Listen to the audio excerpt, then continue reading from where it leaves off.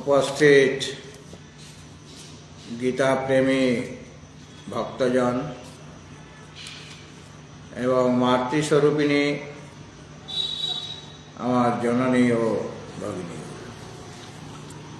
সায়ংকালীন সত্রে আমাদের আলোচ্য বিষয় শ্রীমদ্ ভগবদ গীতার পঞ্চদশ অধ্যায় পুরুষোত্তম যোগ। 6 নম্বর শ্লোকের আলোচনা আমাদের হচ্ছিল। এই শ্লোকটি আমরা আরেকবার পাঠ করছি। 6 নম্বর। না তদ ভাসয়তে সূর্য না শশাঙ্কো ন পাবকঃ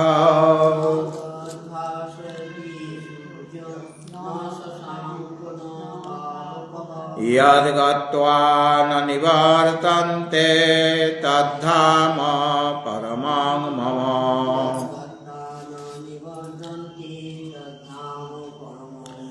न तद्भासयते सूर्यो न शशाङ्को न पावकः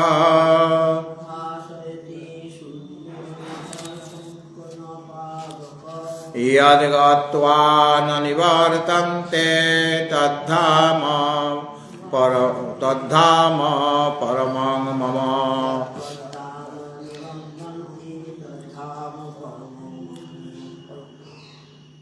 যে বিষ্ণুপদ বা পরম ধাম আমাদের সকলেরই অন্বেষণ করা দরকার, বৈরাগ্য নিয়ে এবং তার শরণাগত হয়ে তারই অন্বেষণ করা আমাদের একমাত্র লক্ষ্য এবং তাকে স্বরূপত জানতে হবে। নিজের স্বরূপটি কি এটাও উপলব্ধি করতে হবে। সেই যে পরম পদ বা পরম ধাম, সূর্য তাকে প্রকাশ করতে পারে না, চন্দ্রমা শশাঙ্ক এখানে বলা হয়েছে, শশাঙ্ক তাকে প্রকাশ করতে পারে না, পাবক মানে অগ্নি তাকে প্রকাশ করতে পারে না। এবং সেই পরম পদ লাভ হলে আর সংসারে ফিরে আসতে হয় না।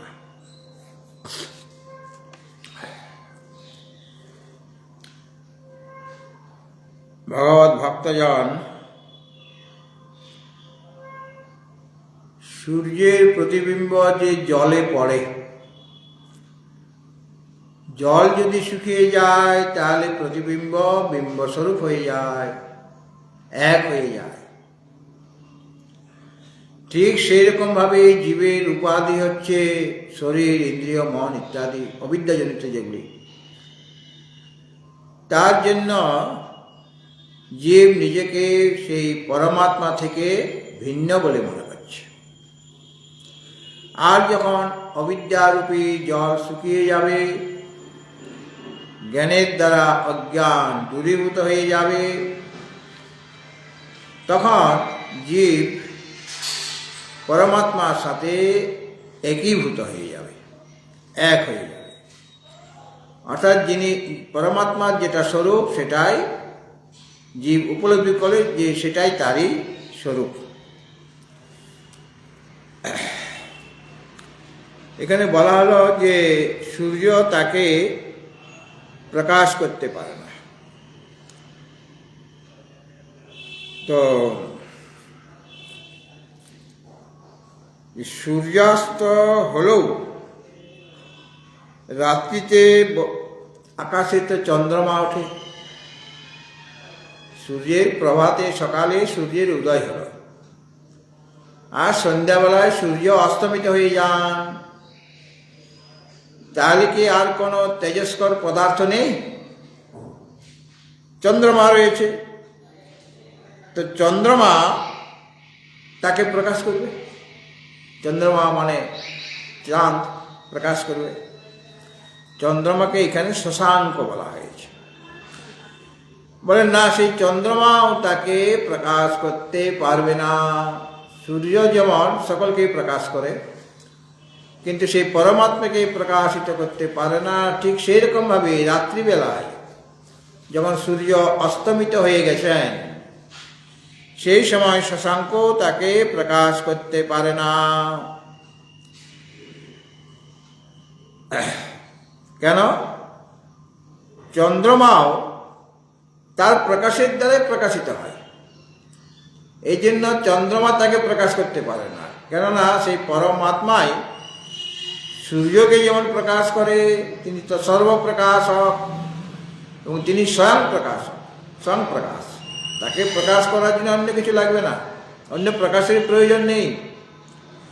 তিনি যেমনভাবে সূর্যকে প্রকাশ করেন, সেই রকম চন্দ্রমাকেও তিনি প্রকাশ করেন। এক কথায় সমস্ত জগৎকে তিনি প্রকাশ করছেন। তো এই যে শশাঙ্ক, এখানে গীতাতে নাম বলা হয়েছে শশাঙ্ক। শশাঙ্ক মানে চন্দ্রমা। তো চন্দ্রমা যখন অস্ত হয়ে যাবে, সবসময় তার কাছে চাঁদ থাকে না, তাহলে পর অগ্নি পাবক মানে অগ্নি সেই পরমাত্মাকে প্রকাশ করবে। কেননা অগ্নি যখন চন্দ্রমা, সে তো রাত্রিবেলা আমাদের প্রকাশ করছে, সংসারকে প্রকাশ করছে জ্যোৎস্না দিয়ে, কিন্তু তাকে প্রকাশ করতে পারছে না। কিন্তু যখন চন্দ্রমা অস্তমিত হয়ে যাবেন, তখন আরেকজন আছেন অগ্নি। অগ্নি তখন আমাদের প্রকাশ করে, একটু সব তো অগ্নি প্রকাশ করছে। তো তাহলে পর অগ্নি কি তাকে সেই পরমাত্মাকে প্রকাশ করতে পারবে? যখন সূর্যাদি বলে না, অগ্নিও তাকে প্রকাশিত করতে পারবে না। সূর্যাদির দ্বারা উপলক্ষিত এখানে তিনজনের নাম নেওয়া হলো, সূর্য, চন্দ্রমা আর অগ্নি। এখন এই সূর্যাদির দ্বারা উপলক্ষণ রূপে ইন্দ্রিয়, মন, বুদ্ধি ইত্যাদিকেও গ্রহণ করতে হবে। উপলক্ষণটা কিরকম? ঘরে নতুন বৌমা এসেছে, একটা কাজকর্ম জানে না, শাশুড়ি তাকে শিখিয়ে নিচ্ছেন। তো শাশুড়ি মা দই রেখেছেন, দই কোন একটা পাত্রে দই রেখে সেটা ঢাকা দেওয়া আছে, ঢাকা দেওয়া নেই, এমনি আছে। আর শাশুড়ি মা এখন বাইরে কোনো কাজে যাবে, তখন তিনি বৌমা ঘরে আছেন, বৌমাকে বলছেন যে কাকেভ্যো দধি রক্ষতাম, মানে আকাশে কাক টাক উড়ছে, তো ঘরেও এসে যাচ্ছে, জানলা দিয়েও অনেক সময় ঢুকে যায় বিস্কুটের লোভে, কিন্তু দই আছে কাকে খুব প্রিয়। কাকেভ্যো দধি রক্ষতাম, কাক যেন মুখ না দেয় দইয়ে। হ্যাঁ, কাকে মুখ দিলে সেই দইটা খাওয়া যাবে? খাওয়া যাবে। বৌমা বলেন হ্যাঁ ঠিক আছে, ঠিক আছে, আমি আপনার উপদেশ অক্ষরে অক্ষরে পালন করব। সে বেচারি দইয়ের সামনে চেয়ার নিয়ে বসে গেছে, আর হাতে একটা লাঠি। কাক আসলেই তাড়াবে, কাকের হাত থেকে রক্ষা করতে বলেছে। তো শাশুড়ি মা বলেছে কাকের হাত থেকে এই দধিকে রক্ষা করবে। তো কাক আর আসতে পারছে না, হাতে আবার একটা আয়নাও নিয়ে নিয়েছে, আয়না দিয়ে কাক আসলে ওই ফোকাস দিয়ে দিচ্ছে। তাহলে কাকটা ভয় পেয়ে যাচ্ছে, আবার লাঠিও আছে, আবার চিৎকার করে তাড়াও দিচ্ছে, হ্যাঁ চলো চলো চলো। কিন্তু একটা বিড়াল এসেছে, দইয়ের স্বাদ পেয়ে গেছে, সে এসে দইয়ের হাঁড়িতে মুখ দিয়েছে। বৌমা ওখানে বসে আছে, কিচ্ছু বলছে না, কেননা শাশুড়ি মা কি বলেছে? কাকের হাত থেকে রক্ষা করবে, বিড়ালের হাত থেকে তো রক্ষা করতে বলে নাই।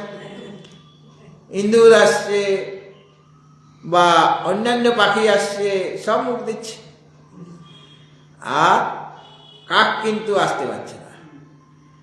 তাহলে পর কি হলো? দই অর্ধেক হয়ে গেল। বিড়ালও খেলো, অন্যান্য পাখি তারা তো কাক নয়, তাদের তো তাড়বার কথা নয়। কেন? শাশুড়ি মা তার উপদেশ অক্ষরে অক্ষরে পালন, কাকের হাত থেকে রক্ষা করতে হবে।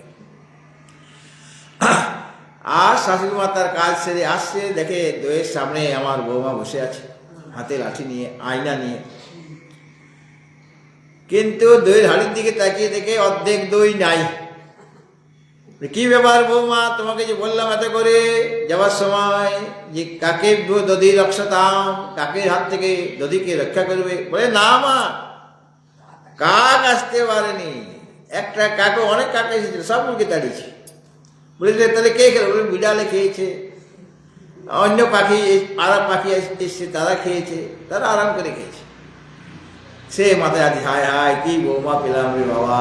হ্যাঁ, আসলে শাশুড়ি মার বলার উদ্দেশ্য কি ছিল? যে দধিটা যাতে নষ্ট না হয়, কেউ যেন মুখ না দেয়, সেটা ওর উদ্দেশ্য ছিল। কাকের দ্বারা উপলক্ষিত বিড়াল বা অন্যান্য পাখি সবই যারা দধিকে নষ্ট করতে পারে তাদের সকলের কথাই বলেছিল আসলে। কিন্তু বৌমার তো এত শাস্ত্র জ্ঞান নাই, সে শুধু কাককেই বুঝেছে। এখানেও সেরকম ভগবান সূর্য, চন্দ্রমা আর অগ্নির কথা বলেন। সূর্য তাকে প্রকাশ করতে পারে না, যদিও সূর্য সকলকেই প্রকাশ করছে, জগতের সমস্ত পদার্থকে প্রকাশ করছে। চন্দ্রমা রাত্রিবেলায় সব কিছুকে প্রকাশ করে। সূর্যের মতো তার প্রকাশটা এত স্পষ্ট নয়, কিন্তু প্রকাশ করছে। পূর্ণিমার চাঁদ উঠলে পরে জ্যোৎস্নাতে আমরা টর্চ ছাড়াই হাঁটতে পারি, অন্ধকার থাকে কি, রাস্তাঘাট সবাই দেখতে পাই, লোকজনও দেখতে পাই। তাহলে রাত্রিবেলায় চন্দ্রমা সকলকে, জগৎকে প্রকাশ করছে, কিন্তু পরমাত্মাকে প্রকাশ করতে পারছে না। আর চন্দ্রমা যখন অস্তমিত হয়ে গেছে, সূর্যও নাই, চন্দ্রমাও নাই, তখন কে প্রকাশ করবে? অগ্নি আমাদের প্রকাশ করে। কিন্তু সেই অগ্নিও পরমাত্মাকে প্রকাশ করতে পারবে না। তিনজনের নাম নেওয়া হয়েছে, সূর্য, চন্দ্রমা আর অগ্নি। সূর্য, শশাঙ্ক আর পাবক, শব্দটা আছে শশাঙ্ক, পাবক। আর সূর্য তো সকলেই বুঝে। তো এর দ্বারা উপলক্ষিত হবে ইন্দ্রিয়, মন, বুদ্ধি, অর্থাৎ ইন্দ্রিয়ের দ্বারাও তাকে, ইন্দ্রিয়ও তাকে প্রকাশ করতে পারবে না, মনও তাকে প্রকাশ করতে পারবে না, বুদ্ধিও তাকে প্রকাশ করতে পারবে না। কঠোপনিষদে বলা হয়েছিল, ন তত্র সূর্য ভাতি ন চন্দ্র তারকম নেমা বিদ্যুত ভান্তি কুতো অয়ম অগ্নি তমেব ভান্তাম অনুভাতি সর্বম তস্য ভাষা সর্বম ইদং বিভাতি। সূর্য সেখানে তাকে প্রকাশ করতে পারে না, চন্দ্রমা তাকে প্রকাশ করতে পারে না, তবে সূর্য ভাতি ন চন্দ্র তারকম, তারকা নক্ষত্র, তারা তাকে প্রকাশ করতে পারবে না। ন তত্র সূর্য ভাতি ন চন্দ্র তারকম নেমা বিদ্যুৎ ভান্তি, বিদ্যুৎ ক্ষণপ্রভা, আকাশে যে চমকায় বিদ্যুৎ, সে বিদ্যুৎও তাকে প্রকাশ করতে পারবে না। আর কুতো অয়ম অগ্নি, এই অগ্নি কিভাবে তাকে প্রকাশ করবে? যেটা জাগতিক অগ্নি, জাগতিক অগ্নি, যেটা এইগুলো জাগতিক অগ্নি প্রকাশ দিচ্ছে, এটা কঠোপনিষদে বলা। তস্য ভাষা সর্ব ইদং বিভাতি, তার প্রকাশের দ্বারা সমস্ত জগৎ প্রকাশিত হচ্ছে। তিনি সর্ব অবভাষক, সমস্ত কিছুকে প্রকাশ করে। তিনি সূর্যকে প্রকাশ করছেন, চন্দ্রমাকে প্রকাশ করছেন, তারকাকে প্রকাশ করছেন, বিদ্যুৎকে প্রকাশ করছেন, অগ্নিকে প্রকাশ করছেন। তো এর দ্বারা ওখানে অনেকগুলো আরো নাম বলা, সূর্য, চন্দ্র, তারকা, বিদ্যুৎ, অগ্নি। কিন্তু এদের দ্বারা উপলক্ষিত থেকে ইন্দ্রিয়, মন, বুদ্ধি সব, ঠিক আছে। এই জন্য কেন উপনিষদে বলা হয়েছে ন তত্র চক্ষু গচ্ছতি ন বাক গচ্ছতি নো মনঃ, সেখানে চক্ষু পৌঁছাতে পারে না, মানে চক্ষু তাকে প্রকাশ করতে পারে না। কিন্তু তিনি চক্ষুরও চক্ষু, তিনি সত্রের সত্র, সত্রস্য সত্রং মনসো মনোজাত। কেন উপনিষদে বলা হয়েছে সত্রস্য সত্রং মনসো মনোজাত বাচোহ বাচাং সৌ প্রাণস্য প্রাণ চক্ষুষশ্চক্ষুরতিমুচ্চ ধীরা প্রত্যাস্মাৎ লোকাৎ অমৃতা ভবন্তি। কেন উপনিষদে বলা হয়েছে যে তিনি কর্ণেরও কর্ণ, সত্রেরও সত্য, সত্র মানে কর্ণ, সত্রেন্দ্রিয় মানে কর্ণেন্দ্রিয়। কর্ণ ইন্দ্রিয়ের ক্ষমতা কি, তার শক্তি কি? শব্দ গ্রহণ করা, তাই না? কিন্তু এই যে শব্দ গ্রহণ করছে, এই কর্ণের দ্বারাই শব্দ গ্রহণ হচ্ছে, কিন্তু এই কর্ণের শব্দ গ্রহণ করার ক্ষমতাটা, শক্তিটা কোথা থেকে এলো? তার থেকে। সে পরমাত্মা আছেন বলেই এই কর্ণ শব্দ গ্রহণ করতে পারছে, তার যোগ্যতা এসেছে। আগে যোগ্যতা ছিল না, তিনি আছেন বলেই, সে পরমাত্মা আছেন বলেই কর্ণ বা সূত্র সে শব্দ গ্রহণ করতে পারছে। এই জন্য সূত্রেরও সূত্র তিনি, অর্থাৎ কর্ণকে শব্দ গ্রহণ করার ক্ষমতা যিনি দিয়েছেন তিনি সেই পরমাত্মা। পরমাত্মার জন্যই কর্ণ শব্দ গ্রহণ করতে পারছে। মনসো মনোজত, আর মনেরও তিনি মন। মনের কাজ সংকল্প বিকল্প করা, চিন্তন করা। তো এই যে মনের যে শক্তি, এটা চিন্তা করা, বিষয় চিন্তন করা বা ঈশ্বর চিন্তন করা, এই মন এই শক্তি কোথা থেকে পেল? তার উপরে আরেকজন মন আছে, তিনি হলেন পরমাত্মা। তিনি মনসো মনোজত, বাচো বাচম, আর বাক্যেরও বাক্য, বাগীন্দ্রিয়। বাগীন্দ্রিয়ের দ্বারা আমরা বাক্য বলি, আর কর্ণেন্দ্রিয়ের দ্বারা বাক্য শ্রবণ করি। আর মানে এটা পাঠাচ্ছি, বাক্য পাঠাচ্ছি বাগীন্দ্রিয়ের দ্বারা, আর কর্ণ সেটা রিসিভার, কর্ণ সেটা গ্রহণ করছে। আমি বললাম, তোমাদের কর্ণ সেটা আমার কথাগুলি রিসিভ করছে। আবার যারা দূরে রয়েছে, অথচ এই লাইভটা দেখছেন, তারা আমার এই কথাগুলি শুনতে পাচ্ছে। তো তাদের রিসিভ করছে কে? ওই তার মোবাইলটা, এই মোবাইলটাকে পাঠাচ্ছে। আমি পাঠাচ্ছি না ডাইরেক্ট, আমি মোবাইলকে বলে দিলাম। মোবাইল কি করছে? সে পাঠিয়ে দিচ্ছে বিভিন্ন জায়গায়। আর যে মোবাইল খুলে তার বসে আছে, সে সেখান থেকে দেখছে এটা, যে আমার এটা মানে অন করেছে, সে তখন দেখতে পাচ্ছে। মানে তার রিসিভার আছে, আর কি মোবাইল সে রিসিভার। আমার মোবাইলটা হচ্ছে সেন্ডার, আর তার মোবাইলটা হচ্ছে রিসিভার, সে রিসিভ করছে। সেরকমভাবে বাগীন্দ্রিয়ের দ্বারা বাক্য উচ্চারিত হচ্ছে, আর কর্ণেন্দ্রিয় সেই বাক্য রিসিভার হয়ে গ্রহণ করছে। তাহলে এই যে বাক্য, যে বাগীন্দ্রিয় যে বাক্য বলছে, নানা রকম শব্দ উচ্চারণ করছে, এই উচ্চারণ করার ক্ষমতা কোথা থেকে পেল? তাহলে বাগীন্দ্রিয় আছে একজন, বাক্যেরও তিনি বাক্য, তিনি হলেন সেই পরমাত্মা। আর তিনি প্রাণেরও প্রাণ। প্রাণ বায়ু, আমাদের প্রাণ, অপান, সমান, উদান, ব্যান, তাদের তো নানা রকম কাজ আছে। অহং বশ্যানরো ভূত্বা প্রাণিনাং দেহমাশ্রিত প্রাণাপান সমাযুক্ত পচাম্যন্যম চতুর্বিধাম বলা হয়েছে। অহং বশ্যানরো ভূত্বা, কি বলো? দেহমাশ্রিত প্রাণাপান সমভূত্বা পচাম্যন্যম চতুর্বিধাম। এদের কাজ নানা রকম, পাঁচটা প্রাণের, এর সকলে আলাদা আলাদা কাজ। তাহলে এই যে প্রাণের যে ক্রিয়া, সেই ক্রিয়া করার, কাজগুলি করার ক্ষমতা কোথা থেকে আসবে, কোথা থেকে এলো? তাহলে সেই প্রাণেরও একজন প্রাণ আছে, মানে পরমাত্মা আছে। সেরকম তিনি চক্ষুরও চক্ষু, চক্ষুরিন্দ্রিয়ের দ্বারা কি গ্রহণ হয়? রূপ গ্রহণ হয়। হ্যাঁ, তাহলে চক্ষু জড়, সে কি করে রূপ গ্রহণ করছে? তাহলে চক্ষুর আরেকজন তাকে ডিরেকশন দিচ্ছেন, ক্ষমতা পাচ্ছেন, তিনি চক্ষুরও চক্ষু। এইভাবে কেন উপনিষদে বলা হয়েছে। সুতরাং বিবেকীগণ ইন্দ্রিয় ইত্যাদিতে যে আত্মবুদ্ধি রয়েছে, আমরা এই কর্ণটাকে, এই যে সূত্র, এটাকে এখানে অহং বুদ্ধি রেখে বসে আছি। আমি শুনছি বলি কি না, অহং শৃণোমি, আমি শুনছি। আরে আমি শুনছি মানে তুমি কি করে শুনলে? অহং কর্ণে না, শৃণোমি কানের দ্বারা। তাহলে কর্ণে আমার অহং বুদ্ধি আছে।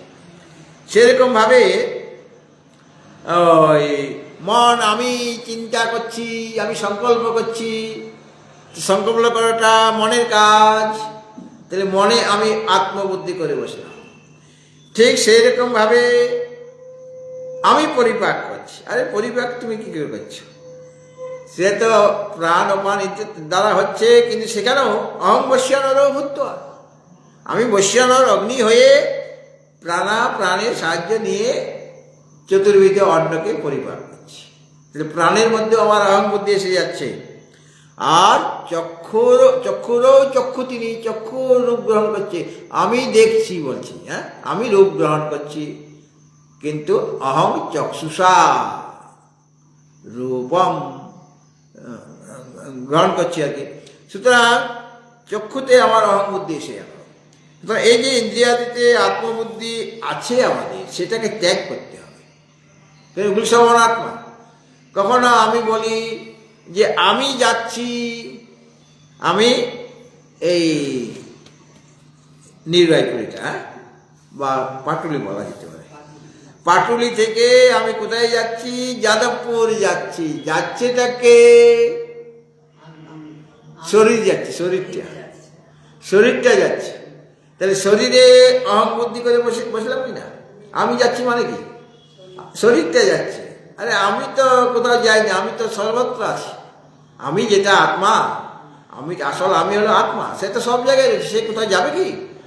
কিন্তু কে যাচ্ছে? শরীরটা যাচ্ছে। তো শরীরের যে গমন, সেটা আমার নিজের গমন বলছি, আমি যাচ্ছি, আমি ফিরলাম এই মাত্র। তো তুমি ফিরবে কেমন করে? তুমি তো এখানেই ছিলে, তোমার শরীরটা ফিরে এসছে। তাহলে শরীরেও আমি আত্মবুদ্ধি করছি। এই যে আত্মবুদ্ধি মানে যেটা অনাত্মা, যেটা আত্মা নয়, সেখানে আমার আত্মবুদ্ধি হয়ে যাচ্ছে। সে অনাত্মাতে যে আত্মবুদ্ধি তোমার রয়েছে, সেটাকে তোমাকে ত্যাগ করতে হবে যদি সেই পরম ধামকে পেতে চাও, তার স্বরূপটা যদি জানতে চাও। তাহলে অনাত্মাতে অনাদিকাল থেকে আমার অহংবুদ্ধি হয়ে আছে। এর পূর্বে আমাদের জন্ম হয়েছে কিনা? বহুনি মে ব্যতীতানি জন্মানি তব চার্জুন তান্যং বেদ সর্বাণি নতং বিদ্ধ পরন্ত। অনেক অনেক জন্ম ব্যতীত হয়ে গিয়েছে, কিন্তু আমাদের মনে নাই। কিন্তু ভগবানের মনে আছে, তার জ্ঞান লুপ্ত হয় না, আর জীবের জ্ঞান লুপ্ত হয়ে যায়। হ্যাঁ, এই বাল্য বয়সে অনেক কথাই আমাদের মনে নাই, ভুলে যায় কি না? কিছু কিছু জিনিস ভুলে যেতে হয়।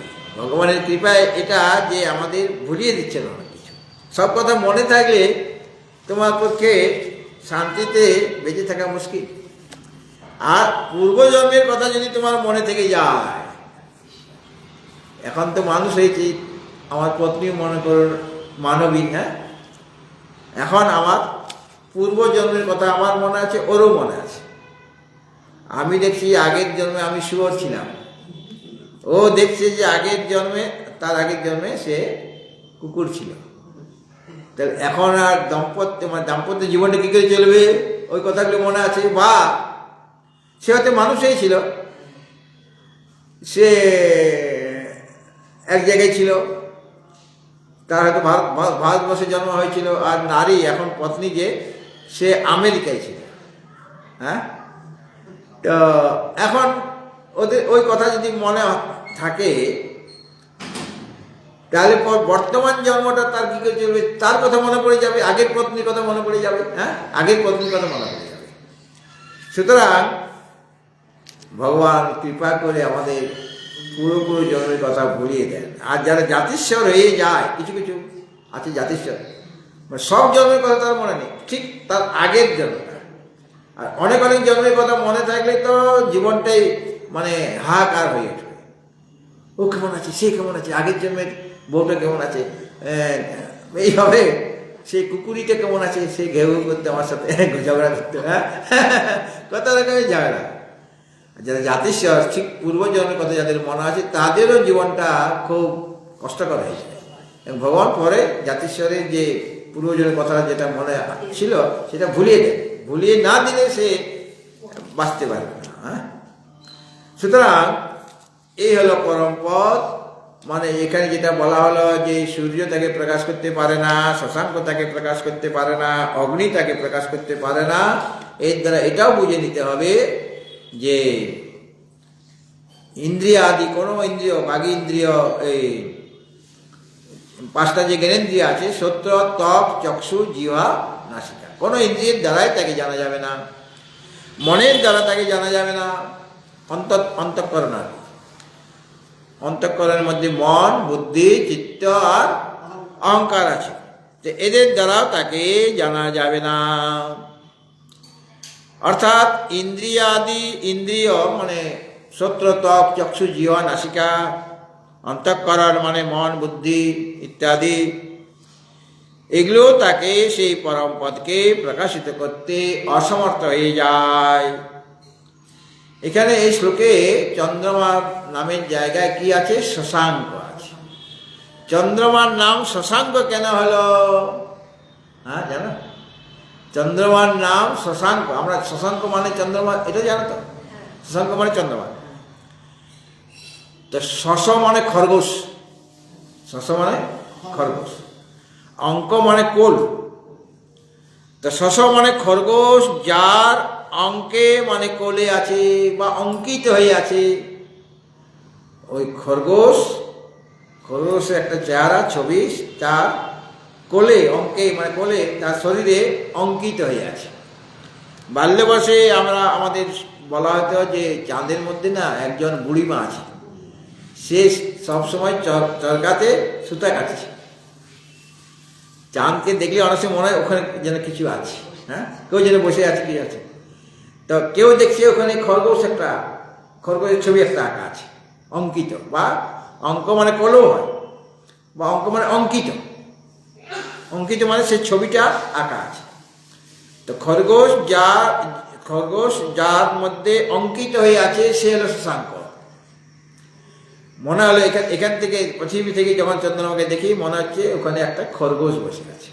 হ্যাঁ, তো শশ মানে খরগোশ, যার মধ্যে অঙ্কিত হয়ে আছে, এই অর্থে চন্দ্রমাকে বলা হলো এখানে শশাঙ্ক। ঠিক আছে। আর অগ্নির জায়গায় বলা হয়েছে পাবক। হ্যাঁ, অগ্নির জায়গায় শব্দটা আলাদা করে দেওয়া হলো, কি বলা হলো? পাবক। তা এর অর্থ আছে, কি অর্থ? সর্বান পাবনান করতি। অগ্নি সমস্ত কিছুকে পবিত্র করে দেয়। হ্যাঁ, সমস্ত কিছুকে অগ্নি পবিত্র করে। ইতি পাবক। পাবক মানে অগ্নি। অগ্নির এক নাম পাবক বলা হলো। কেন পাবক? অগ্নি সব বস্তুকে পবিত্র করে দেয়। হ্যাঁ, মনে করো শীতকাল, জামা কাপড় ময়লা হয়েছে, ঠান্ডার জলে পাউডার দিয়েছি, তারপর জামা কাপড় দিয়েছি, ভালো ছাড়বে না। কিন্তু গরম জলে যদি দিয়ে দেওয়া হয় তাড়াতাড়ি ছাড়বে, ওটা পরিষ্কার হবে ভালো। হ্যাঁ, তাহলে অগ্নি কি করলো? ওটা জলটা গরম হয়ে গেছে মানে ওখানে অগ্নি প্রবিষ্ট হয়েছে। তো অগ্নি প্রবিষ্ট হওয়াতে জামা কাপড়ে যে ময়লাগুলি দূর হয়ে গেল, শুদ্ধ হয়ে গেল, পবিত্র হয়ে গেল কিনা, পবিত্র করে দিল। মনে করুন একটা আগেকার দিনে দেখতাম মাটির হাঁড়িতে, মাটির পাত্রে তেল রাখা, মাটির পাত্র, আর একটা আমরা যেমন চামচ রাখি এখন, ওটাকে ওই দশন বলা, দশন এরকম আছে। তো আর এইখানে একটু গোলাকার আছে। হ্যাঁ, হ্যাঁ, আর ওটা যেতে দেখা যায় ওটা মাটির জিনিস, মাটির পাত্র। মাটি তো এমনি পোড়াবার পর লাল হয়, কিন্তু তেল রাখতে রাখতে ওটা কালো হয়ে গেছে। হ্যাঁ, তো ওটা দিয়ে তেল উঠালাম, এক দশম, ওটাকে চামচ বলে না, দশম বলে। এক দশম উঠালাম, তোমরা কি বলে জানি না, আমরা দশম বলতাম। তারপর মনে করো 2 দশম তেল লাল, সবজি একটা হবে, তো 2 দশম ওখান থেকে উঠানো সহজ হবে পাত্র থেকে। চামচ দিয়ে উঠানো মুশকিল, চামচ দিয়ে উঠানো এক চামচ, উঠাতে উঠাতে অনেকটা পড়েই গেল, কিন্তু ওটা পড়বে না। হ্যাঁ, তো ওটা কালো হয়ে যায়। তো ওটা অনেকদিন তেল রাখতে রাখতে গন্ধ করে, তখন মায়েরা কি করতো, ওটাকে হালকা আঁচে গরম করতো। তবে গিয়ে ওই গন্ধটা, একটা তেলের যে গন্ধ থাকে না, অনেকদিন একটা পাত্রে রাখা হয়েছে, সে গন্ধ থাকে, সেই গন্ধটা দূর হয়ে যাবে। বা একটা কাপড় অনেকদিন ওই আলমারির ভিতরে ছিল, একটা সেন্দেও গন্ধ হয়ে গেছে, অনেক সময় গন্ধ হয় না, একটা গন্ধ হয়ে গেছে। এটাকে কি করবেন? ওই আপনি রোদে মেলে দেন, অথবা একটু গরম জলে ভিজিয়ে রাখুন আগে, তারপরে রোদে মেলেন, গন্ধটা চলে যাবে। এই জন্য ন্যাপথলিন দিয়ে রাখে, এই সেদ্ধ গন্ধটা আসবে না। ন্যাপথলিন কি করে? পোকামাকড়ও খাবে না আর গন্ধও হবে না। যখনই আপনি বার করবেন একটা সুগন্ধ বেরিয়ে আসবে। আর যদি ন্যাপথলিন দেওয়া না হয় তাহলে সেদ্ধ গন্ধ বেরিয়ে আসবে। বর্ষাকালে বিশেষভাবে হয়। হ্যাঁ, আর অগ্নি তাকে শুদ্ধ করে দিল। হ্যাঁ, তো সমস্ত কিছু পবিত্র হয়ে যায় অগ্নির দ্বারা। আবার নানা রকম ভাবে অগ্নি আমাদের বস্তুকে পবিত্র করছে। একটা মনে করো ছুঁচ, ইঞ্জেকশনের ছুঁচ, এক সিরিঞ্জ, সেই সিরিঞ্জে এখন যেমন ভাবে একবার ইঞ্জেকশন দিল তারপর ওটা সবটাই ফেলে দেওয়া হলো, তাই তো? কিন্তু আগেকার দিনে সেই রকম নিয়ম ছিল না। একটা ওই সিরিঞ্জে যে এই পিনটা আছে, সেফটি পিন, মানে সেফটি পিন নয়, একটা পিন আছে যার মধ্যে দিয়ে ওষুধটা যাবে, একটাই। তোমাকে ওই ইঞ্জেকশন দিচ্ছে, আরেকজনকে ইঞ্জেকশন দিচ্ছে। কিন্তু তাহলে তো নানা রকম জাম, তোমার জামটা ওর মধ্যে প্রবেশ করবে? বলে না, প্রবেশ করবে না। আগে আমাকে বলতে দাও, তুমি কাল থেকে তুমি এখানে বসবে, বলবে ওটাকে পুড়িয়ে নেয় বা গরম জলে সিদ্ধ করবে, তারপর আরেকজনকে দেবে। হ্যাঁ, তাহলে অগ্নি ওটার মধ্যে যে জাম ছিল সেটাকে পবিত্র করে দিল কিনা? সুতরাং পাবক, অগ্নির এক নাম পাবক, মানে সর্বান পাবনান করতি, সর্বান পবিত্রান করতি, সকলকে পবিত্র করে দেয়। আরো অগ্নি কিভাবে পবিত্র করে দেয়?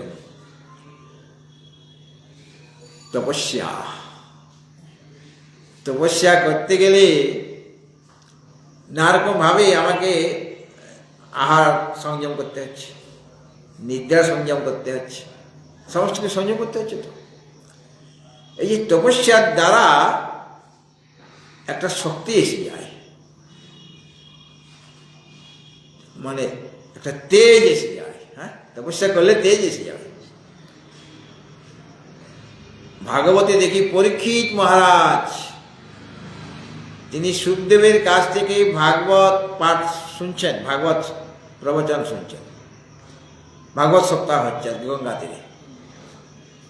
তো 7 দিন ধরে তিনি কিছু খাচ্ছেন না, নিরাহারে আছে।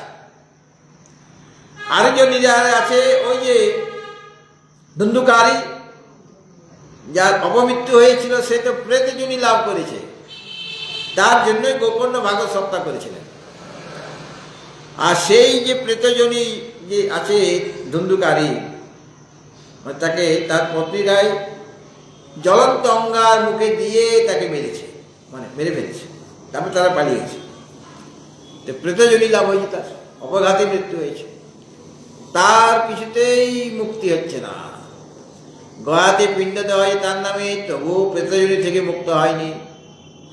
তখন সূর্য ভগবান বললেন, ওর জন্য গোকর্ণকে বললেন যে একটা ভাগবত সপ্তাহের ব্যবস্থা করা। তো ভাগবত সপ্তাহ করছেন গোকর্ণ। আর একটা বাঁশকে আশ্রয় করে ওই ধুন্ধুকারী ছিল। তো ধুন্ধুকারীও 7 দিন ধরে কিছু খায়নি, তারা তো খাদ্য আছে, প্রেতজনী তাদের বায়বীয় খাদ্য, কিন্তু কিছু খায়নি, সে মুক্ত হয়ে গেল। গোকর্ণ মুক্ত হয় না, গোকর্ণ পাঠক, সে মুক্তি লাভ করে নেই। কিন্তু ওই ধুন্ধুকারী যে প্রেতজনী ছিল, সে কিন্তু মুক্ত হয়ে গেল। কেন? 7 দিন ধরে সে মনোযোগ সহকারে শুনেছে। তার তো জন্ম মানে বাচন মরণ ব্যাপার, মানে এটা ভালোভাবে না শুনলে প্রেতজনী থেকে তার মুক্তি লাভ হবে না। কাজেই কতখানি ধৈর্য সহকারে, মন সহকারে সে শুনছে।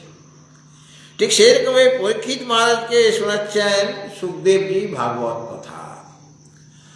আর 7 দিন ধরে আরো অনেক মুনি ঋষি ছিল, তারা আহার করছে, খাওয়া খাচ্ছে, সবই করছে, ঘুমাচ্ছে, কিন্তু এই আহার নিদ্রা সব ত্যাগ, মনোযোগ সহকারে শুনছে। শুকিয়ে কিন্তু যাচ্ছে না। 7 দিন পূর্ণ হলো, মানে 7 দিনে মাথায় তক্ষক নাগ প্রবেশ করবে, তাকে দংশন করবে, এরকম অভিশাপ ছিল। তো তক্ষক নাগতে এসে হাজির, তাকে বাধা দেওয়া হয়েছিল, অনেকে বাধা দিয়েছিলেন, কিন্তু সে কোনো বাধা মানেনি, এসে গেছে তক্ষক নাগ। কেন ব্রাহ্মণ বালকের অভিশাপ। আর এসে দেখছে, পরীক্ষিত মহারাজকে দেখছে কাকে দংশন করতে হবে। পরীক্ষিত মহারাজ সৌম্য মূর্তি, তার শরীর থেকে একটা তেজ বেরিয়ে আসে, মুখ থেকে একটা আলো বেরিয়ে আসে। তাকে দেখে তক্ষক নাগ মুগ্ধ হয়ে গেছে, একে আমি দংশন করব। কি সুন্দর মূর্তি, সৌম্য মূর্তি। অত 7 দিন খাননি, কিন্তু 7 দিন জলও খাননি, কোনো আহার নেই, জলও নেই, নিদ্রাও নেই। একদিন না ঘুমালে কি অবস্থা হয়ে যায় আমাদের। তিনি ফিরে যাচ্ছেন, তক্ষক নাগ পরীক্ষিত মহারাজ দেখতে পেয়েছে। ওই ফিরছে কেন, ফিরে যাচ্ছে কেন? তুমি একটা কাজ করতে এসেছিলে না? বলে হ্যাঁ। কি কাজ করতে এসেছিল? বলে তোমাকে দংশন করতে এসেছিলাম। কাজটা করে যাও, যে কাজটা তুমি করতে এসেছো সে কাজটা করে যাও। বলে প্রভু, আপনি আমার বিশেষ জ্বালা সহ্য করতে পারবেন না, খুব যন্ত্রণা হবে। বলে তক্ষক, 7 দিন আগে যদি তুমি আসতে আমাকে দংশন করতে, তাহলে তোমার বিশেষ জ্বালা আমি সহ্য করতে পারতাম না। কিন্তু তোমার দেরি হয়ে গেছে, 7 দিন পরে, 7 দিনের মাথায় এসছে। এই 7 দিনে আমি অমৃত পান করেছি, ভাগবতামৃত, বেদান্তের কথা শুনেছি, আত্মচিন্তন আমার হয়েছে। এখন আমি বুঝতে পেরেছি আমি শরীর নই, আমি ইন্দ্রিয় নই, আমি মন নই, আমি বুদ্ধি নই, আমি সৎ, আমি চিৎ, আমি আনন্দ স্বরূপ, আমি নিত্য, আমি শুদ্ধ, আমি বুদ্ধ, আমি মুক্ত। শরীর থেকে সম্পূর্ণরূপে আমি ভিন্ন। তুমি যদি আমাকে দংশন করো, শরীর তোমার এই বিশেষ জ্বালা সহ্য করতে পারবে না, সে ভস্মীভূত হয়ে যাবে, জ্বলে পড়ে যাবে। কিন্তু আমার তুমি কিছু করতে পারবে না, বিষ আমার অবধি পৌঁছাতে পারবে না। শরীরটাকে ভস্মীভূত করে তার কাজ শেষ হয়ে যাবে। কাজে ব্রাহ্মণ বালকের যে বাক্য, অভিশাপ বাক্যকে সত্যে পরিণত করো তুমি, আমার কোনো অসুবিধা নেই। কেননা আমি শরীর থেকে অনেক ঊর্ধ্বে। আমি স্থূল শরীর নই, সূক্ষ্ম শরীর নই, কারণ শরীর নই। আমি অন্নময়, প্রাণময়, মনোময়, বিজ্ঞানময়, আনন্দময় কোষের অতীত। আমি সেই সূর্যের মতো প্রকাশ স্বরূপ, কোনো অজ্ঞান অন্ধকার আমার মধ্যে নেই। কাজেই ব্রাহ্মণ বালকের বাক্য, আমার প্রতি যে অভিশাপ বাক্য, সেটাকে তুমি সত্য করো। তিনি সত্য করলেন, দংশন করলেন, আর ভস্মীভূত হয়ে গেল শরীর। তো এইভাবে এই যে অগ্নি, তপস্যার যে অগ্নির দ্বারা তিনি পবিত্র হয়ে গেছেন। পরীক্ষিত মহারাজ তপস্যারূপ অগ্নির দ্বারা তিনি পবিত্র হয়ে গেছেন। আর ওই যে ধুন্ধুকারী, সে মনোযোগ সহকারে 7 দিন যাওয়ার গোকর্ণের, মানে তারই ভাই, তারই দাদাই বলতে পারে, তার মুখ থেকে ভাগবত কথা, মানে ভাগবতামৃত পান করেছেন। আর ওর দ্বারাই সে শুদ্ধ হয়ে গেল। তার কৃতজনী থাকবে, সে তার জন্য বৈকুণ্ঠ থেকে এসে গেল রথ এসে গেল তাকে নিয়ে যাওয়ার জন্য। আর গোকর্ণ বলছে আমার জন্য রথ কই, ও তো আমার ভাইয়ের জন্য আসলো, ও শুনছিল, আমি তো পাঠক, আমার রথ কই। বলে ও যেমনভাবে শুনেছে ঠিক সেইভাবে তুমি বলতে পারো নাই, কারণ তুমি খাওয়া দাওয়া করেছো, তোমার মনটা এদিক সেদিক গেছে। কিন্তু ও তো মানে একনিষ্ঠ হয়ে শুনেছে। তুমিও পাঠক হলেও, বক্তা হলেও ততখানি একাগ্র হয়ে বলতে পারো নাই। আর যত মুনি ঋষি আরো যারা শুনেছে, তারা ওই রকম ঠিকভাবে শুনতে পারেনি। তারা যথার্থ শ্রোতা হচ্ছে এই ধুন্ধুকারী, তাদের জন্য রথ নিয়ে আসেন। আপনারা এভাবে করেন, মনোযোগ সহকারে ধুন্ধুকারীর মতো শুনেন বা বলেন, আপনার জন্য ঝপ ঝপ ঝপ ঝপ সব রথ এসে নিয়ে চলে যাবে। বড় রথ একটা বিমান এসে যাবে, একসাথে সবাইকে নিয়ে চলে যাবে। সকালের জন্য আসে যদি আমাদের সেই তপস্যারূপ অগ্নির দ্বারা পবিত্র হতে পারে। তো তপস্যারূপ অগ্নির দ্বারা, ওটাও একটা অগ্নি, যেটা পবিত্র হয় শরীর। আবার দুঃখাগ্নি, দুঃখকে অগ্নির সাথে তুলনা করা হয়। আমরা অনেক দুঃখ পাই কিনা, যে দুঃখটা আমি ভোগ করছি, কিন্তু তো দুঃখ ভোগ করলে আমার যে অশুভ কর্ম সেটা খণ্ডন হচ্ছে। দুঃখ ভোগ করা মানে কি, আমার যত অশুভ কর্ম ছিল, অনেক অশুভ কর্ম, তার মধ্যে কিছু কিছু অশুভ কর্ম এই দুঃখাগ্নির দ্বারা জ্বলে পড়ে ছারখার হয়ে গেল, দুঃখ ভোগ করেছে। যে দুঃখ কি করছে, আমার অশুভ কর্মকে ক্ষয় করে দিচ্ছে, দুঃখরূপ অগ্নি। আবার সুখাগ্নি, সুখও হয়, সেই অগ্নি কিন্তু আবার আমার শুভ কর্মকে শেষ করছে। আমার যেহেতু ভালো কর্ম আমি করেছি, তো শুভ কর্ম ফল কি, সুখ, আর অশুভ কর্মের ফল, পাপকর্মের ফল দুঃখ। সুতরাং দুঃখ ভোগ করা মানে তোমার পাপকর্মগুলি ক্ষয় হচ্ছে, আর সুখ পাওয়া মানে তোমার শুভ কর্মগুলি ক্ষয় হয়ে যাচ্ছে। কাজে সাধক কি চাইবে, সুখ নয়, দুঃখ আসুক আমার জীবনে।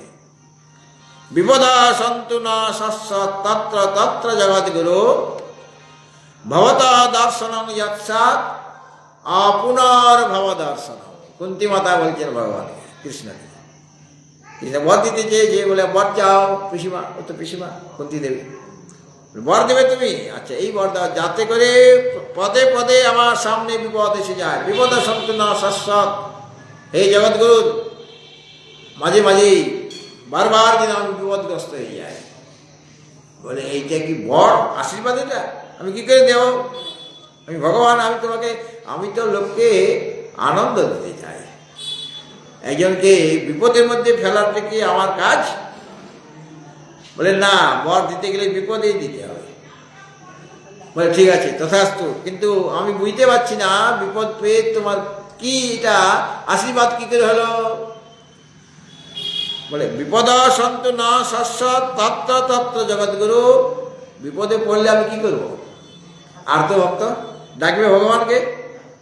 চতুর্বিধা ভজন্তে মাং জনা সুকৃতি অর্জুন, আর্ত জিজ্ঞাসু অর্থার্থী জ্ঞানী চ ভরতার্থ। আর্তভক্ত বিপদে পড়েছে, আর্তভক্ত, সে আরতি নিয়ে ভগবানের ভজনা করবে। আরতি নিয়ে বিপদে পড়লে, যে গজরাজ বিপদে পড়ে ভগবান নারায়ণকে ডাকলেন, গজরাজ সেই জলক্রীড়া করতে গিয়েছিল, তার আত্মীয় কেউ তাকে রক্ষা করতে পারল না। তখন একমাত্র রক্ষা করতে নারায়ণ সুদর্শন চক্রধারী তাকে এক মনে ডাকছেন, আর তিনি উপস্থিত হয়েছেন সুদর্শন চক্র নিয়ে। আর গজরাজকে সেই কুমিরের হাত থেকে রক্ষা করেছিলেন কিনা, সুদর্শন চক্র নিয়ে এসেছেন। সেরকম ভাবে বিপদে পড়লে তোমাকে আরতি নিয়ে তোমাকে ডাকব। দ্রৌপদীও ডেকেছিল, বিপদে পড়েছিল, লজ্জা নিবারণের জন্য, বস্ত্রের জন্য তিনি ভগবানকে আহ্বান করেছেন। দুই হাত তুলে যখন ডেকেছেন, তখন ভগবান বস্ত্রাবতার হয়ে গেলেন, বস্ত্র হয়ে গেছেন, ভগবানই বস্ত্র। ভগবান যেমন অনন্ত, বস্ত্র অনন্ত হয়ে গেল। দুঃশাসন টেনে টেনে কুল পাচ্ছে না, পাহাড় প্রমাণ হয়ে গেছে, ক্লান্তে বসে পড়লেন, বস্ত্র হরণ করতে পারেনি। দুঃশাসনের পক্ষে বস্ত্র হরণ করা সম্ভব হয়নি, কারণ ভগবান এসে গেছেন। কি রূপে এলেন? তিনি বস্ত্র হয়ে গেলেন, নিজেই বস্ত্র হয়ে গেলেন। তো ভগবান অনন্ত, তো বস্ত্র অনন্ত, যত টানছে তত বাড়ছে, যত টানছে তত বাড়ছে, টেনে আর শেষ করা যাচ্ছে না। সুতরাং তপস্যা, তপস্যা অগ্নি, সেই অগ্নির দ্বারা আমরা পবিত্র হয়ে যাই। আর অগ্নিতে মনে করুন অনেক নোংরা টোংরা, আপনার অনেক জিনিস আছে ঘরের জমা হয়ে গেছে, সেগুলো আপনি আগুনে দিয়ে দিলেন, তো এত যে নোংরা জিনিসগুলি সব ছাই হয়ে গেল, অগ্নি পবিত্র হয়ে গেল কিনা? অত নোংরা আছে সব পবিত্র হয়ে গেল। এখন ওই ছাইটা আপনি আপনার গাছে দেন, সারের কাজ করবে। হ্যাঁ, এইভাবে অগ্নির এক নাম পাবক, সমস্ত বস্তুকে সে পবিত্র করে দিচ্ছে। সর্বান পাবনান করতি, মানে সমস্ত বস্তুকে সে পবিত্র করতে পারে বলে তার এক নাম পাবক। আর অগ্নি আছে বলেই আমরা তো খাচ্ছি ভাত, ডাল, তরি, তরকারি, আর নানা রকম খাচ্ছি। সেগুলো তো চাল থেকে সিদ্ধ করা হয়েছে ঠিকই, সেটা তো যদি ওই ভাতের মধ্যে থেকে যায়, ডালটা ডালের মধ্যে থেকে গেল, তাহলে আর তার পরের দিন খাওয়া যাবে? ওটার থেকে রসটা টেনে নেবে। রসটা টেনে নিয়ে কোনোটায় দ্বারা রস হবে, কোনোটায় রক্ত হবে, কোনোটায় হাড় হবে, কোনোটায় মাংস হবে, এইভাবে বিভাগ হয়ে যাবে। যা খাদ্য আর বর্জ্য পদার্থ বেরিয়ে যাবে। কাজে আপনি যা খাচ্ছেন সেটা তো রক্ত হয়ে গেছে, রস হয়ে গেছে, হাড় হয়ে গেছে, মাংস হয়ে গেছে, সেগুলি থেকেই হচ্ছে, বর্জ্য পদার্থ বেরিয়ে যাচ্ছে। সুতরাং ওখানেও অগ্নি আছে, তো অগ্নি ওটাকে শুদ্ধ করছে। অগ্নি যা খাবার খাচ্ছে সেটাকে শুদ্ধ করে দিচ্ছে। শুদ্ধ করছে মানে তার যে জিনিসগুলি যেটা এই শরীরে প্রয়োজন, সেরকম প্রয়োজন অনুসারে সেরকম তৈরি করে দিচ্ছে, অগ্নিই করছে। বৈশ্বর অগ্নিরূপে তিনি পরিপাক করছেন, মানে ওই রস, রক্ত, মাংস, হাড় যা যা প্রয়োজন শরীরে সেগুলি সব তৈরি হচ্ছে। আর বাকিটা বর্জ্য পদার্থ হিসাবে শরীর থেকে বেরিয়েছে। আমরা অনেক জল খাচ্ছি, তো জলটা বেরিয়ে যাচ্ছে কিন্তু শরীরটাকে পরিষ্কার করে যাচ্ছে, হ্যাঁ, কিডনিকে পরিষ্কার রাখছে। জল না খেলে নানা রকম অসুবিধার সৃষ্টি হবে। অতএব আর আমার শরীরে, সারা শরীরে অগ্নি আছে কি না? অগ্নি আছে বলেই শরীরটা বেঁচে আছে, তার শরীরটাকে শুদ্ধ করে রেখেছে, শরীরটাকে সুস্থ করে রেখেছে। আবার বেশি আগুন হলে বিপদ, কম আগুন হলেও বিপদ। এই শরীরে যতখানি আগুন দরকার ততখানি আগুন এখানে আছে। যদি বেড়ে যায় তাহলে আমরা বলি জ্বরে ভুগছি মহারাজ, আজ যেতে পারছি না, মেসেজ পাঠিয়ে দিলেন জ্বর এসেছে, মানে তোমার অগ্নি তত্ত্বটা বেড়ে গেছে, যেটা স্বাভাবিক নয়। আবার অগ্নিতত্ত্ব যদি কমে যায় তাহলে আপনার হজম হবে না, কারণ বৈশ্বর অগ্নির দ্বারাই তো হজম হবে, আপনার হজম হবে না, নানা রকম প্রবলেম দেখা যাবে। আর যদি কমতেই থাকে তখন কোলাপস হয়ে যাবেন, তখন হরে কৃষ্ণ হরে রাম হয়ে যাবেন। হ্যাঁ, এরকম হয় কিনা? শরীরের তাপ আছে বলেই বেঁচে আছে শরীরটা। বেশি গেলেও বিপদ, কমে গেলেও বিপদ। আমার যা যেটুকু প্রয়োজন 98 ডিগ্রি সেলসিয়াস এটা থাকতে হবে। তাহলে এই অগ্নি এই শরীরটাকে বাঁচিয়ে রেখেছে। অগ্নি কত কাজ, এই শরীরটাকে শুদ্ধ করছে। এই জন্য অগ্নির নাম বলা হলো পাবকা। তো অগ্নিতে যা কিছু ফেলে দেওয়া হবে আগুনের মধ্যে আমি ফেলে দিচ্ছি, নিক্ষেপ করছি, অগ্নি সেটাকে পবিত্র করে দেয়। এই জন্য এর নাম হচ্ছে অগ্নি। সুতরাং এমন যে অগ্নি যিনি পাবক, পবিত্র করে দেয় সকলকে, সেই পাবকও তাকে প্রকাশ করতে পারছে না যে সকলকে পবিত্র করছে, কিন্তু পরমাত্মাকে সেও প্রকাশ করতে পারছে না। অর্থাৎ অগ্নিও তাকে, যেমন সূর্য প্রকাশ করতে পারছে না, চন্দ্রমা প্রকাশ করতে পারছে না, শশাঙ্ক তার শরীরের মধ্যে খরগোশ অঙ্কিত হয়ে আছে। অথবা আমরা বলি একজন বুড়ি মাছ চরকা দিয়ে সুতা কাটছে, হ্যাঁ, এরকম বলা। কিন্তু যারা চন্দ্রায় গেছে, কোনো বুড়ি দেখেছে, কোনো বুড়ির সন্ধান পাওয়া গেছে, বা কোনো খরগোশ পাওয়া গেছে? খরগোশ যদি দেখা যেত তাহলে তো ওখানে আমরাও যেতাম। খরগোশ যখন গেছে তাহলে অক্সিজেনও আছে, তাহলে অক্সিজেনের কোনো অভাব হবে না, এখান থেকে অক্সিজেন নিয়ে যেতে হবে না, তাহলে না রকম চাষবাসও করা যাবে ওখানে থাকে। তা এখানে তো অনেকদিন রইলাম এই পৃথিবীতে, চাঁদে কিছু থেকে আসি বা 1 মাসের জন্য ভ্রমণে যাই, কিন্তু ওখানে থাকার মতো উপযুক্ত নাই, থাকতে গেলে অনেক খরচ। যাই হোক, তো এই যে সূর্য সকলকে প্রকাশ করছেন, চন্দ্রমাও সূর্যের অভাবে মোটামুটি কাজ চালিয়ে নিচ্ছেন, আর চন্দ্রমার অভাবে জাগতিক যে অগ্নি সেও কাজ চালিয়ে দিচ্ছে, কিন্তু তাকে প্রকাশ করার ক্ষমতা কারো নাই। আর তার ওই 3টার দ্বারা উপলক্ষিত যে ইন্দ্রিয়, মন, বুদ্ধি ইত্যাদি, যেখানে আমার অহং বুদ্ধি আছে, আত্মবুদ্ধি, তারাও তাকে প্রকাশ করতে পারে। মানে ইন্দ্রিয়ের দ্বারা তাকে জানা যাবে না, মনের দ্বারা তাকে জানা যাবে না, বুদ্ধির দ্বারা তাকে জানা যাবে না। তাহলে মন বুদ্ধির কাজ কি? মন বুদ্ধির কাজ আছে যে যদি সেটা একাগ্র হয়ে যায়, শুদ্ধ হয়ে যায়, পবিত্র হয়, বুদ্ধি যদি নিশ্চয় করে, একাগ্র বুদ্ধি বা তীক্ষ্ণ বুদ্ধি এসে যায়, বিচার করার ক্ষমতা যদি এসে যায়, তাহলে যত অনাত্মা পদার্থ সেগুলোকে বাদ দেবে। একজন শিল্পী মানে পাথর থেকে শিব বানাবে, মনে করো, পাথর থেকেই তো হবে। এই যে শিবলিঙ্গ পাথর থেকে হয়েছে, বড় পাথর।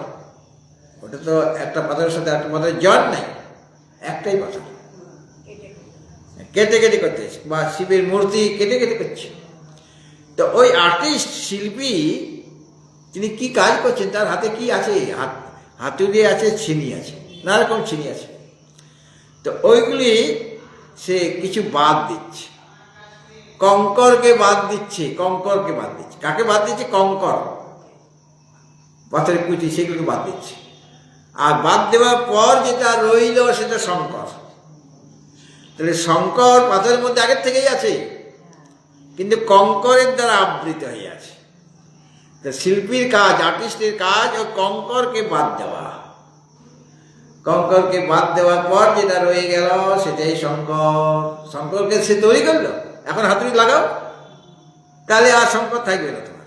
এরপরে যদি হাতুড়ি লাগিয়ে দাও, কারণ শঙ্কর তো আগের থেকেই পথের মধ্যে রয়েছে। তুমি কিছু নতুন কিছু করলে না, কি করলে? তুমি হাতুড়ি ছিনিয়ে দিয়ে তোমার কাজটা কি? কঙ্করকে বাদ দেওয়াটাই তোমার কাজ।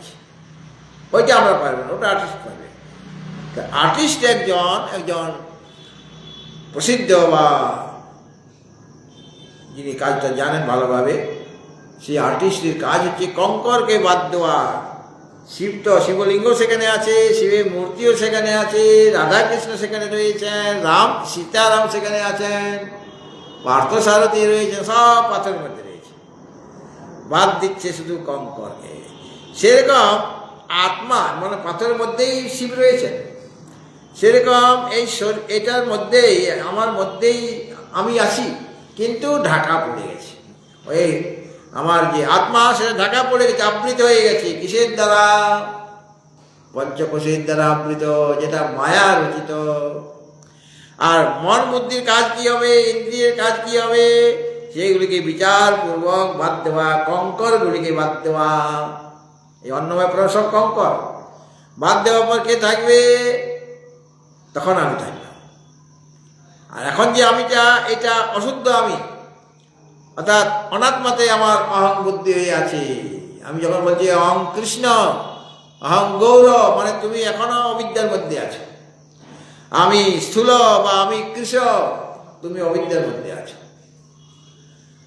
আমি ঘুমিয়েছিলাম অবিদ্যার মধ্যে, তুমি কি করে ঘুমাবে?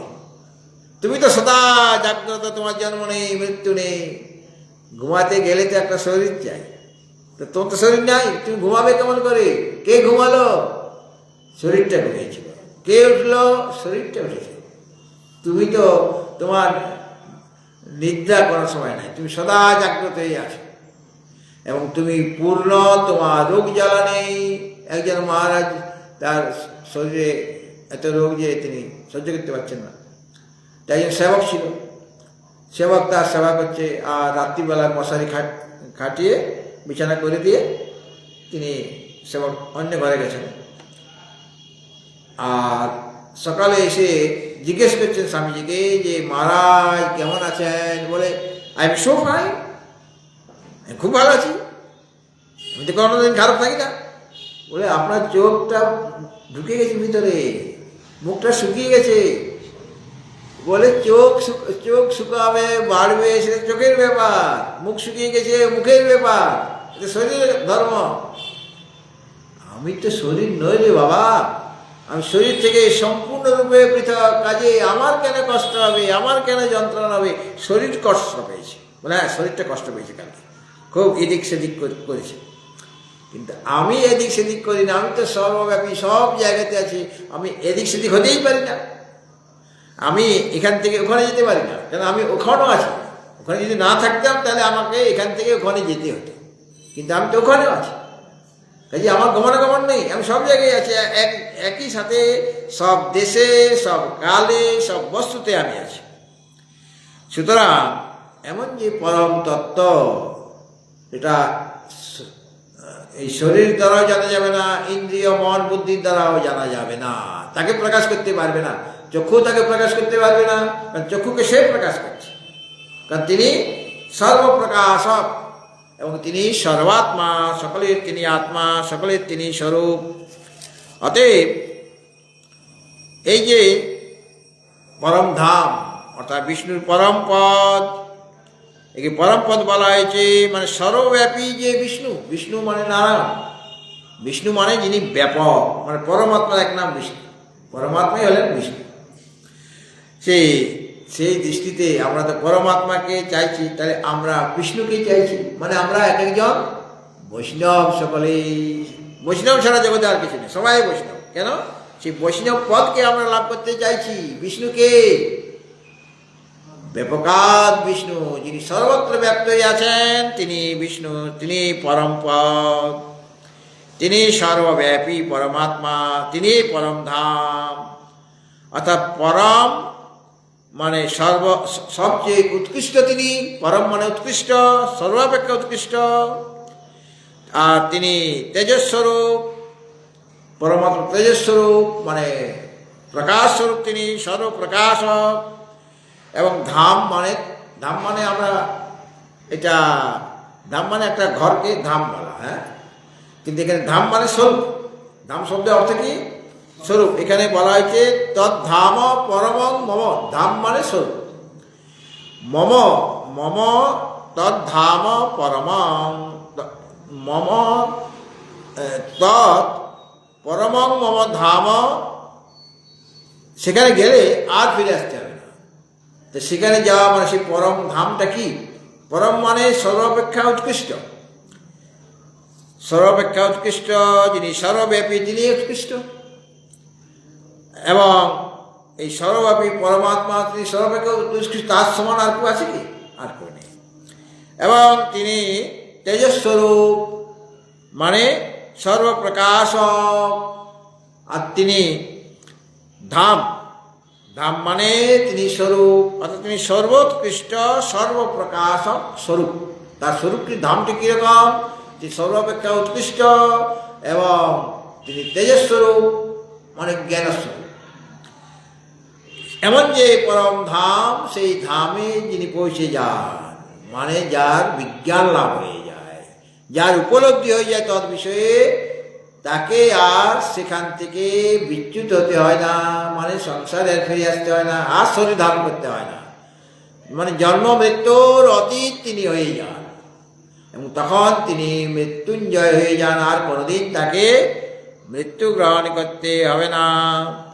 অতএব এখানে এই যে পরম ধাম, যেটা সর্বোৎকৃষ্ট যে পদ বা স্বরূপ, সেখানে যতদিন পর্যন্ত জীব সেই ধামে না পৌঁছাবে, সেই ধামের সম্পর্কে যদি জ্ঞান না হয় বা সেখানে যা না যায়, ততদিন তার সংসারে আবাগমন হবে, যাতায়াত হবে। যতদিন না জানছেন তাকে, সেই পরম ধামকে, ততদিন, বা সেখানে না পৌঁছাচ্ছে ততদিন তাকে তার যাতায়াত হবে, মানে সংসারে বারবার জন্ম মৃত্যু হবে।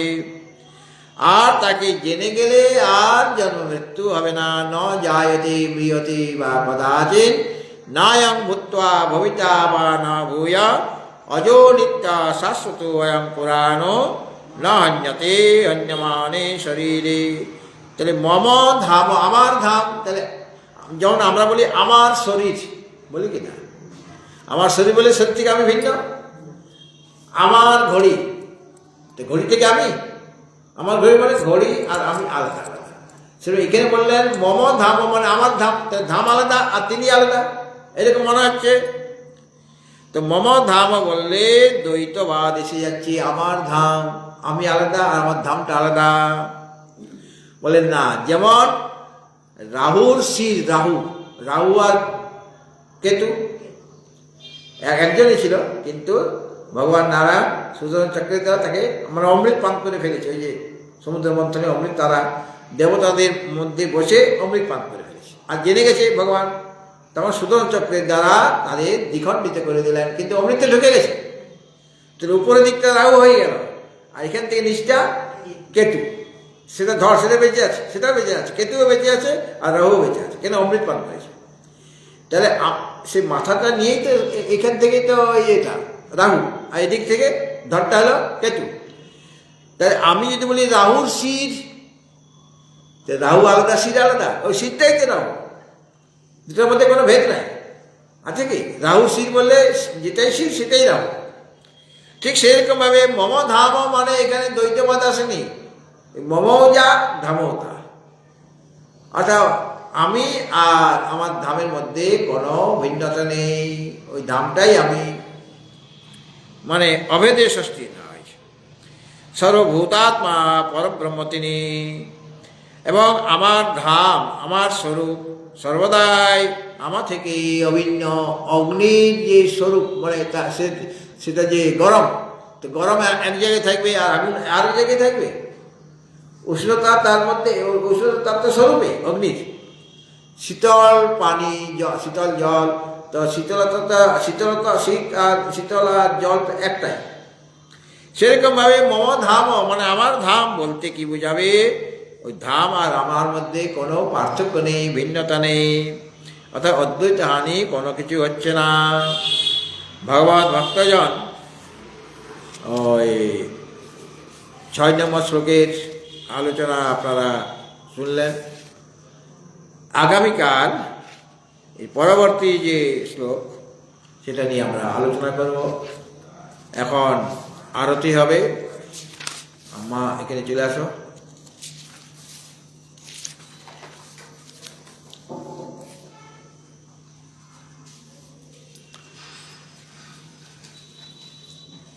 ভগবত ভক্তজন, আগামীকাল বুধবার